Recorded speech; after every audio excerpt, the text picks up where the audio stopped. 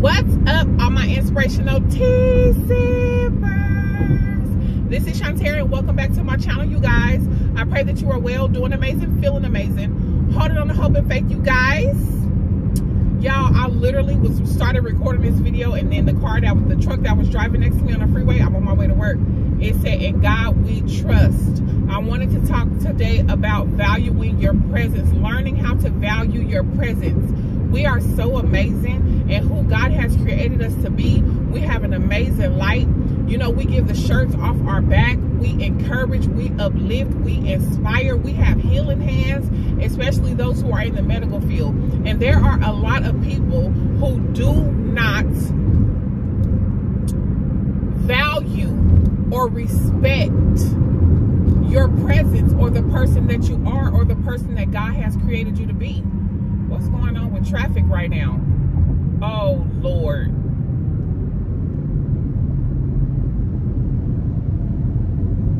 There are a lot of people who do not value your presence, right? And so you have to get to a point to where you say, I value my presence. I value who I am. I value what I have to offer. I know what I have to offer. I know that what I offer is genuine. I know that what I offer is true. I know that what I offer comes with a pure heart and pure intentions. I know this. And so that's your security at night. And you sleep well at night, baby. I slob and drool and all of that. I don't have no problems with sleeping at night because my hands are clean. My heart is pure. You know what I'm saying? There's no evil intention. There's no evil motive. But for a lot of fake family members and fake friends, fake co-workers, fake bosses, fake everyone. But I'm only speaking from my experience. Fake family members, fake friends, and being in toxic work environment, fake bosses, and all of this type of stuff.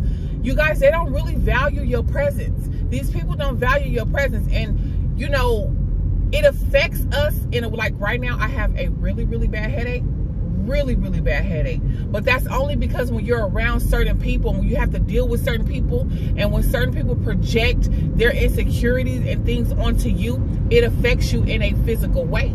You know what I'm saying? And so at this point in my life, I've cut off a lot of people who God has revealed to me who did not value my presence. A lot of people who I found out, you know, was saying things behind my back, lying behind my back. You know what I'm saying? Lying on me for whatever reason behind my back, probably not thinking that I would ever find out. But you already know how God is. God reveals all things.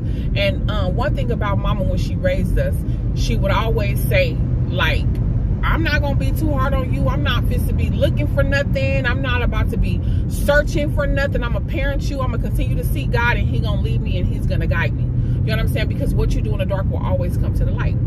No matter what you do in the dark will always come to the light. And so I've taken that stance when it comes to parenting my children. I'm not too heavy harsh on them, because when it's time for the Lord to reveal that thing, He going to reveal it all. And so, you guys, when we were younger, like a lot of y'all know, my mama died when I was 15 years old, and my sisters were a little bit younger. Girl, if you don't bring this Camry on.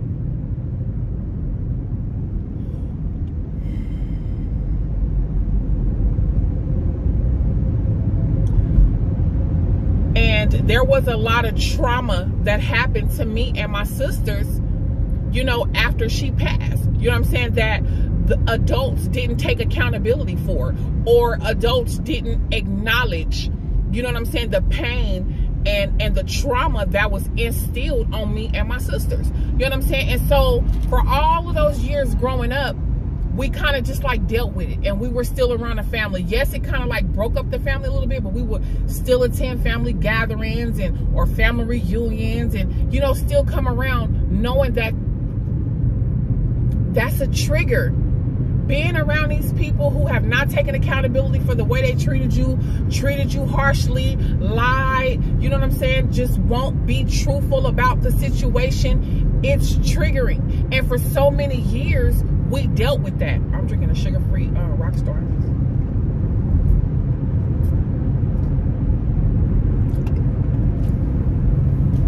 And for many years, we dealt with that. And so as God is teaching me and showing me and growing me and taking me through many different life lessons. Y'all, people are so fake family members, fake friends. People are jealous of you.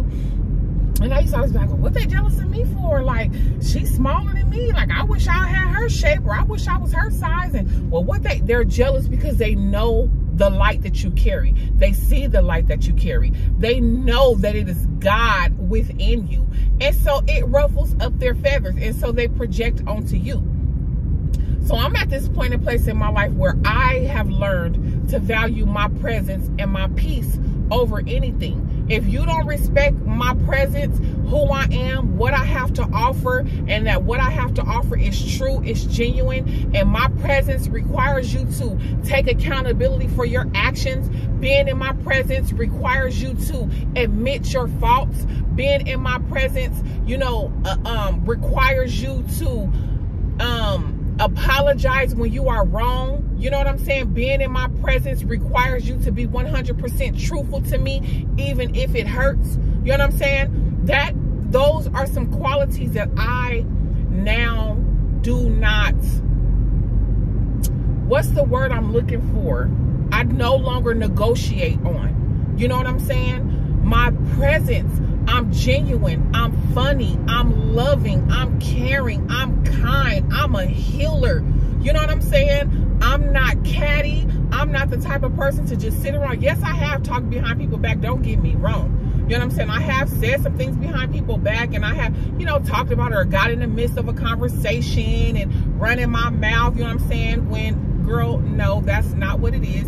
So yes, I have done those things. Don't get me wrong. I'm not perfect at all. But I'm saying overall, the truth of my heart and the weight of my heart and where my heart lies and where my heart is, I am a chosen one. I'm chosen by God. The Bible says that many are called, but few are chosen. And I said this before, that a lot of people get it. Well, I'm a child of God too. And I'm a child. You ain't the only child of God. You ain't the only child of God, baby. But there's a difference between being a child of God and being chosen. And so, even here recently, fake family members have been reaching out to me. And at this point, I don't care to have a relationship with these people unless they're able, willing, and ready to sit down and have a conversation and take full accountability of the trauma that was poured onto me and my sisters as little girls. We were traumatized as kids, traumatized as young teens growing up. We were traumatized. There were some things that happened in the family that nobody wants to take accountability for. There are some things that happened to us after my mama died that, blatantly, they just blatantly lied. It didn't happen. It's not true. That what they're lying. Come on, y'all. And so it's like at this point, fake family members, all they want to do is gossip. Like if you've ever sat around, I'm going to keep it personal. I've sat around other family members in the midst of something, and I found out all of somebody's business. All of somebody's business. Like right now, family member that's trying to reach out to me, you only trying to reach out to me because you better hold on. Because you want to be able to go back and tell the family, oh, I talked to Tara. Oh, and usually I overtalk. A family member call me, fake family member, fake friend call me, and I'm pouring out all my business. I would have poured out everything, what I got going on with Tariana. If you watch my channel, you would know. But it's not for me to sit up on a phone with a fake family member and a fake friend and tell them what I got going on and crying and boo-hooing. Fake sisters crying and boo-hooing about what I've got going on, for them to turn around and talk about you like a dirty, no good dog.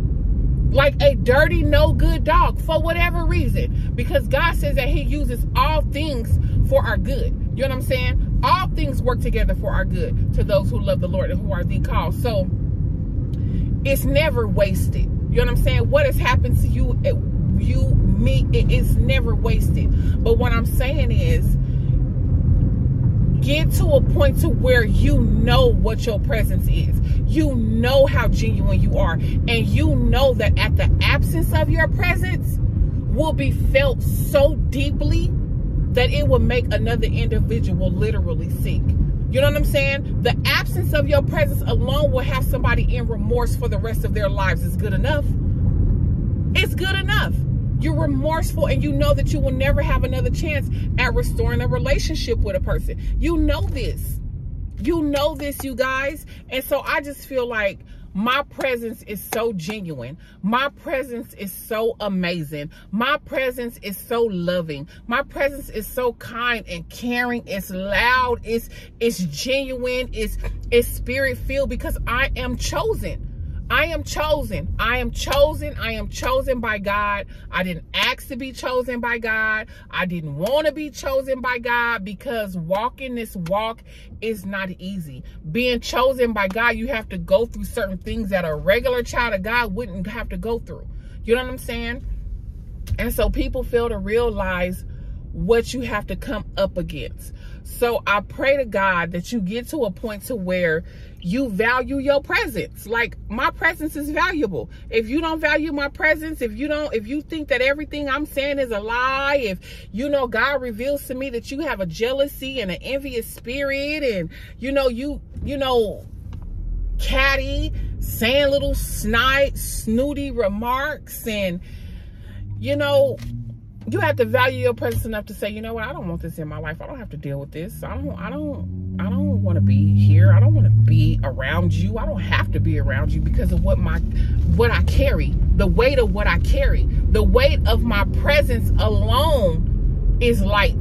The weight of my presence alone is God. The weight of my presence alone is uplifting. The weight of my presence alone is encouraging and inspiring. You have to know that. You have to understand that. And when you get to a point, it took me 40 years. Lord, I still be like, really? It took me all of 40, but okay. As long as you got it. I guess that's the point, Father God. When you get to the point to where you really value your presence and value what you carry, value the weight of your carry, y'all, I don't give a damn about cutting these people off, and I don't give a damn about ever talking to them again and rekindling any type of friendship or relationship, because the Lord will bring those people who he have in store for you. The Lord will bring you new friendships, new relationships, new moms, new dads, new brothers, new sisters, new uncles, new aunties. The Lord will do it. The Lord will do it. The Lord will literally do it. Who here? The boss. BMW. Oh, Lord.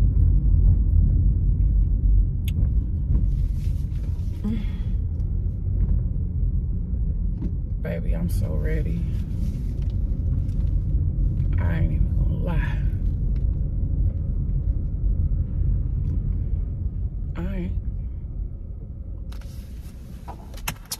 Range Rovers and BMWs and Benzes, baby.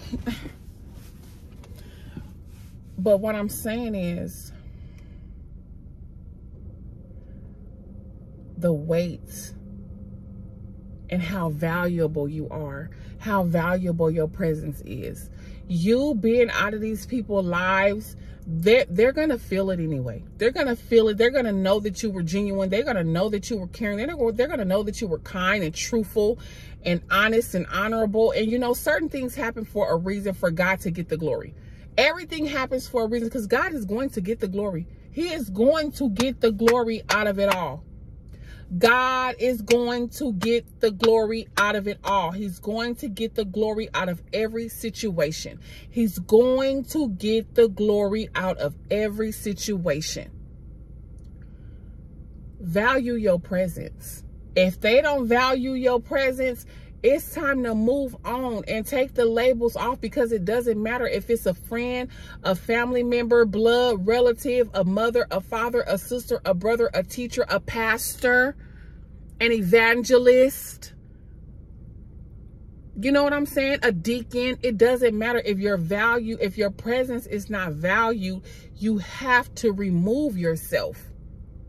And a lot of the times we will stick around because, we love these people and they're our families, and, they're our friends, and, we have all of this history with them and all this. But what we fail to realize is it's only hindering our spirit. It's only hindering our spirit, because when God pull that cover back and pull that wool off and let you know that half of them is wolves in sheep clothing, you're going to be sick as a dog. I was sick as a dog. Let's keep it personal. Sick as a dog. Sick as a dog. So I don't know if this video even made sense because I'm rambling. It's so much on my mind. I don't even know how to like put it out there to how I've been feeling it. You know what I'm saying? But all I know is I now at 40 years old, y'all, I value my presence. So I'm looking for another job. My presence here is not valued, and that's okay. You know what I'm saying? I have to go where I'm celebrated, go where I'm valued, go where I'm appreciated. And that is okay if it's not here. It's time to move around. And God is going to open up a door for me to do that. I value my presence now. I no longer feel like I have to stick around. I have to stay in a relationship. I have to stay in a marriage. I have to stay up under my sisters. I have to stay up under my aunties. I have to stay up under my... I don't have to have a relationship with you. I don't have to have a relationship with you, and I don't owe anyone an explanation as to why I do not have one and don't want one. I don't owe anybody that, because my presence alone carried the weight of who I was. My presence alone carried the weight of who I was. And if all the time that they've had in my life couldn't understand that, couldn't get it, didn't want to for whatever reason, that's on them, not on me. But I will no longer be, you know, triggered coming around family reunions, feeling like I have to talk to certain people because they family and, you know, been in the family. But I don't have to, for what? When there's been no accountability, there's been no acknowledgement, there's been none of these things. And it's not to point the finger and say, oh, this person, you know, was so horrible, because, you know, people only know how to love you to the capacity to where they've been loved. So a lot of the things that have happened to us, you only did those things because this is to the capacity that you know how to love other individuals. Other people that came into your life and lied on you and tore down your name or whatever. So this is what you know how to do. This is what you know how to do. So I can either accept that or I can move on. I can value my presence enough to say, you know what? I don't want to deal with this. I don't have to deal with this. I know who I am. I know what I carry. I know who God has, you know, I know what God has blessed me to be. I know the weight of my presence, and the weight of my presence is not valued here. So it's okay for me to dust my feet and move on. The Bible tells us that. The Bible tells us that if you go into somebody's home and they do not receive you, you dust your feet and you move on.